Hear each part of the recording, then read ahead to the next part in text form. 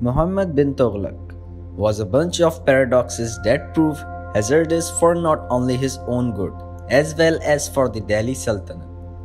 He was deeply read in religion and philosophy and had a critical and open mind. He was also prepared to give high offices to people on the basis of merit, irrespective of whether they belonged to noble families or not. But his major drawback was that he was extremely impatient and unremittingly cruel. His reign was an unfortunate odyssey of ill-planned measures that profoundly destabilized his domain and put the people to atrocious troubles. It was therefore not surprising that most of his experiments failed, and his reign ended in a grand failure. Muhammad Tughluq was confronted by adversity right from the beginning. As his reign started inauspiciously, he succeeded his father Sultan Ghiyasuddin Tughluq, who was killed by a falling structure of wooden pavilion prepared for his father and was consistently accused of planning his father's death. Sometime after mounting the throne, Muhammad Tughluq decreed shifting of the imperial capital from Delhi to Deoghar, named Daulatabad, with the intention of controlling his domain better from a central location. Unmindful of the consequences, he ordered officially machinery to organize the shifting, which it did forcefully, causing tremendous distress to people. Though Muhammad Tughluq built a road from Delhi to Daulatabad and set up rest houses on the way to help the travelers, Daulatabad was more than 1500 kilometers away, resulting in deaths on a massive scale. Many of those who reached Daulatabad felt homesick, for some of them had lived for several generations in Delhi and looked upon it as their home.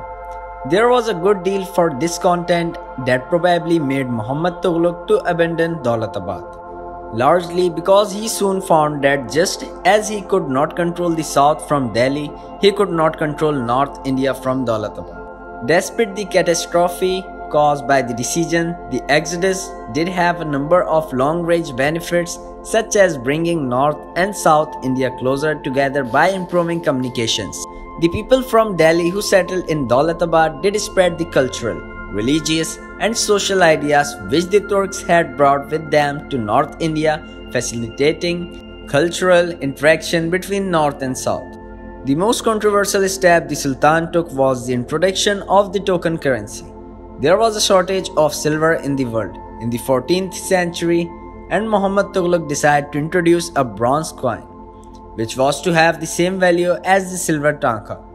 The idea of token currency was a new one in the subcontinent, and the difficulties mounted when the government failed to prevent people from forging new coins, and soon the new coins were greatly devalued in the markets. Finally, Muhammad Tughluq decided to withdraw the token currency with the promise to exchange silver pieces for bronze coin. The forged coins were heaped up outside the fort and they remained lying there for many years. The failure of these two experiments negatively affected the prestige of the sovereign and also resulted in tremendous wastage of money. A far more serious problem now confronted the Sultan as the security of borders was challenged. In the early years of Muhammad Tughluq's reign, the Mongols under their leader Tarmashirin burst into Sindh, and a force reached up to Meerut, about 65 kilometers from Delhi. Muhammad Tughluq not only defeated the Mongols in a battle near Jhelum, but also occupied Kallanur, and for some time his power extended beyond the Indus up to Peshawar. This showed that the Sultan of Delhi was now in a position to go over the offensive against the Mongols. After coming back from Deoghar, the Sultan recruited a large army in order to occupy Ghazni, Afghanistan, Khorasan, and Iraq. Many of the princes and others who had fled from Central Asia and taking shelter at the court of Muhammad Tughluq may have thought that it was a good opportunity to oust the Mongols from the area. After a year, and following the failure of the experiment of establishing a token currency and improvement of relation with the Mongols, the army was disbanded.